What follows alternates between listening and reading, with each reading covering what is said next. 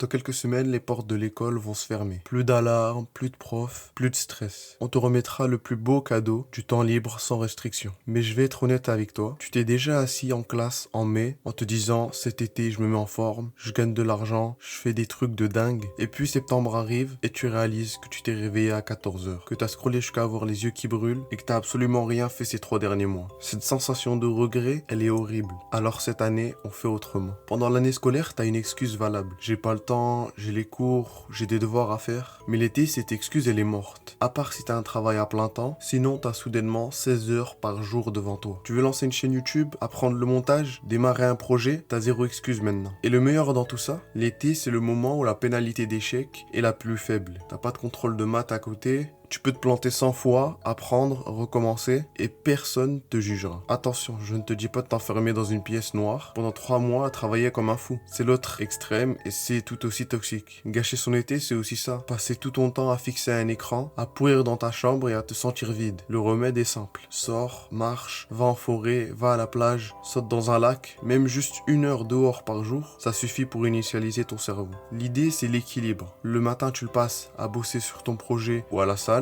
l'après-midi à profiter du soleil et à vivre ta jeunesse. La raison pour laquelle la plupart des gens gâchent leur été, c'est pas la flemme, c'est le manque de structure. Pendant 9 mois, on te dit quoi faire, quand te lever, où aller. L'été, ce cadre y disparaît et laisse un vide de 24 heures. Si tu ne construis pas ta propre routine, ce vide se remplit automatiquement de mauvaises habitudes. Réveil à 13 heures, réseaux sociaux et jeux vidéo pendant des heures et plus aucun repère. Pour gagner ton été, deviens ton propre patron. Pas besoin de te lever à 5 heures du mat, mais fixe-toi un objectif à accomplir avant midi. Un truc difficile ou juste un truc important. Et une fois que c'est fait, tu peux profiter du reste de la journée sans culpabilité. Pendant que tu bosses, il y a un piège. Les réseaux sociaux. Tout le monde poste ses meilleurs moments et toi tu restes dans ton lit à regarder la vie des autres. Tu passes des heures à être spectateur de leur vie. C'est le plus grand vol de temps moderne. Dès que tu te surprends à scroller sans fin, pose ton téléphone, fais une pompe, fais un projet, envoie un message à un pote pour lui dire de sortir, arrête de regarder la vie des autres, commence à construire ton propre été. L'été, c'est aussi le filtre qui montre qui sont tes vrais amis. Si tes potes te proposent de sortir, lâche ton tel, mets tes chaussures et vas-y. Arrête d'être le gars qui dit non tout le temps par flemme. Tu ne te souviendras jamais des vidéos que t'as scrollées dans ton lit en juillet 2026, mais tu te souviendras de ce jour à rigoler avec tes potes, de ce trajet improvisé, de cette connerie que vous avez faite ensemble. Investis ton énergie dans ceux qui partagent tes ambitions. Passe du temps avec les gens qui te tirent vers le haut. Dans quelques semaines, on te donnera un chèque de 3 mois de temps libre. Tu vas l'échanger contre du sommeil jusqu'à midi et des regrets en septembre, ou tu vas l'utiliser pour avancer, pour construire, pour créer des souvenirs. Ne laisse pas cet été être un été ordinaire. Prends des risques, lance ce projet, va à la salle, vois tes amis. Tu as le temps, tu as l'opportunité, utilise cet été pour changer ta vie. On se voit au sommet.